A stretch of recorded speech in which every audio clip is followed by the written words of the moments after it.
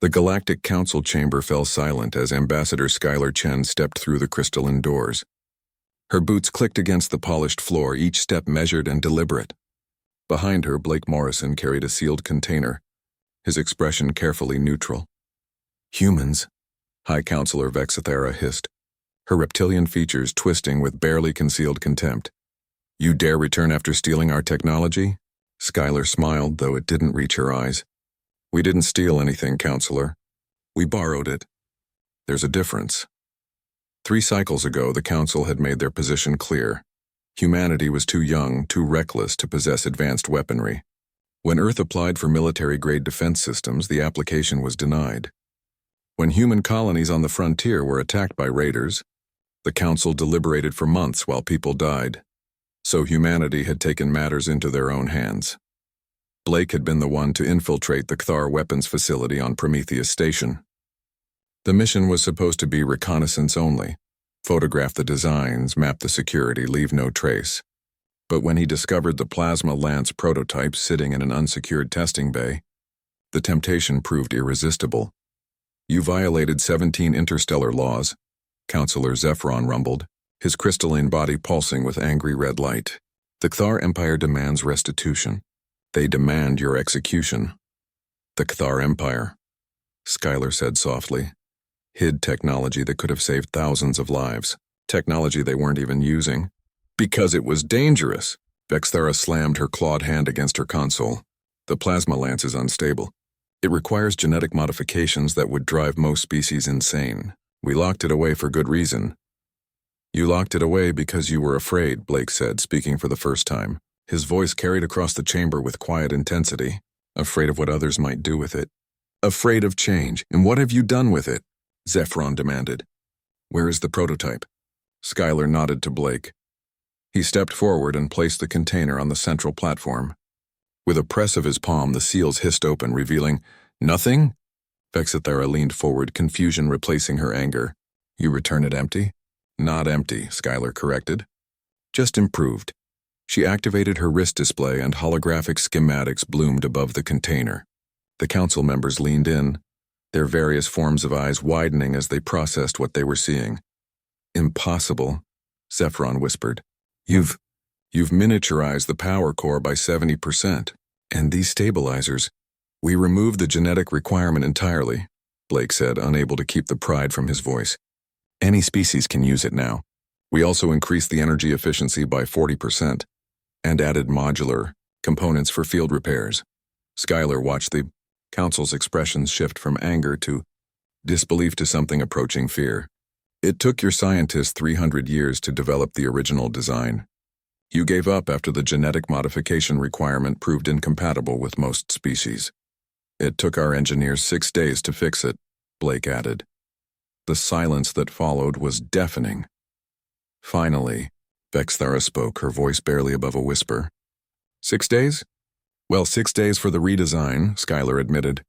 Another 12 hours for the first working prototype. We've already manufactured 50 units. Would you like a demonstration?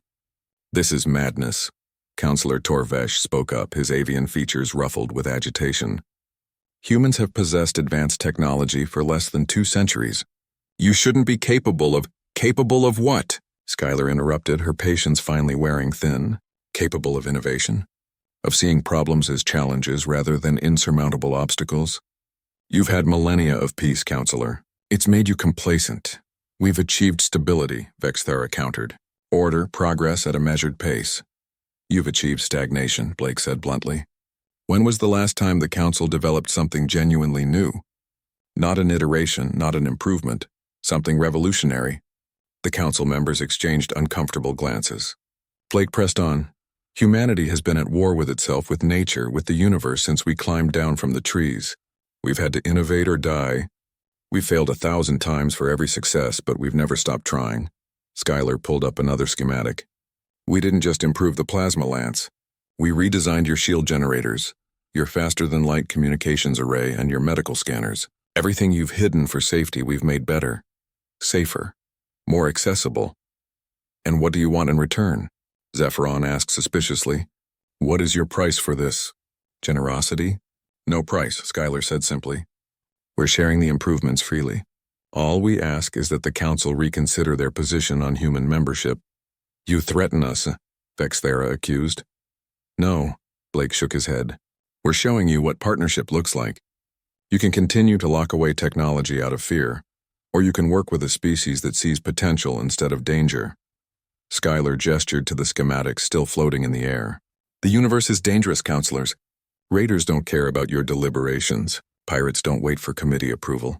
While you debate the proper use of technology, people die. Humanity isn't perfect, she continued. We're reckless, impatient, and we break things as often as we fix them. But we get results. And right now, the galaxy needs results more than it needs caution. The council chamber erupted in argument. Voices raised in dozens of languages. Skylar and Blake stood calmly in the center of the chaos, waiting. Finally, Zephron called for order. His crystalline body pulsed with contemplative blue light as he studied the two humans before him. Your improvements. They truly work? They work, Blake confirmed. We've tested them extensively. Then perhaps, Zephron said slowly, we have been too cautious. Perhaps the galaxy does need humanity's particular brand of chaos. Vexthera hissed in protest, but other counselors were nodding thoughtfully. Skylar allowed herself a small, genuine smile. Humanity had gambled everything on this moment, stolen alien technology, improved it overnight, and returned it as a gift rather than a weapon. It was the most human thing imaginable, breaking the rules, asking for forgiveness rather than permission, and somehow making it work. As they left the council chamber, Blake leaned close. Think they'll actually accept us? Skylar glanced back at the arguing counselors and grinned. They don't have a choice. We just showed them the future.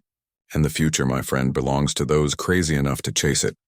Behind them, the galaxy's oldest civilizations learned a lesson humans had known for millennia. Sometimes progress requires a little chaos. And nobody did chaos quite like humanity.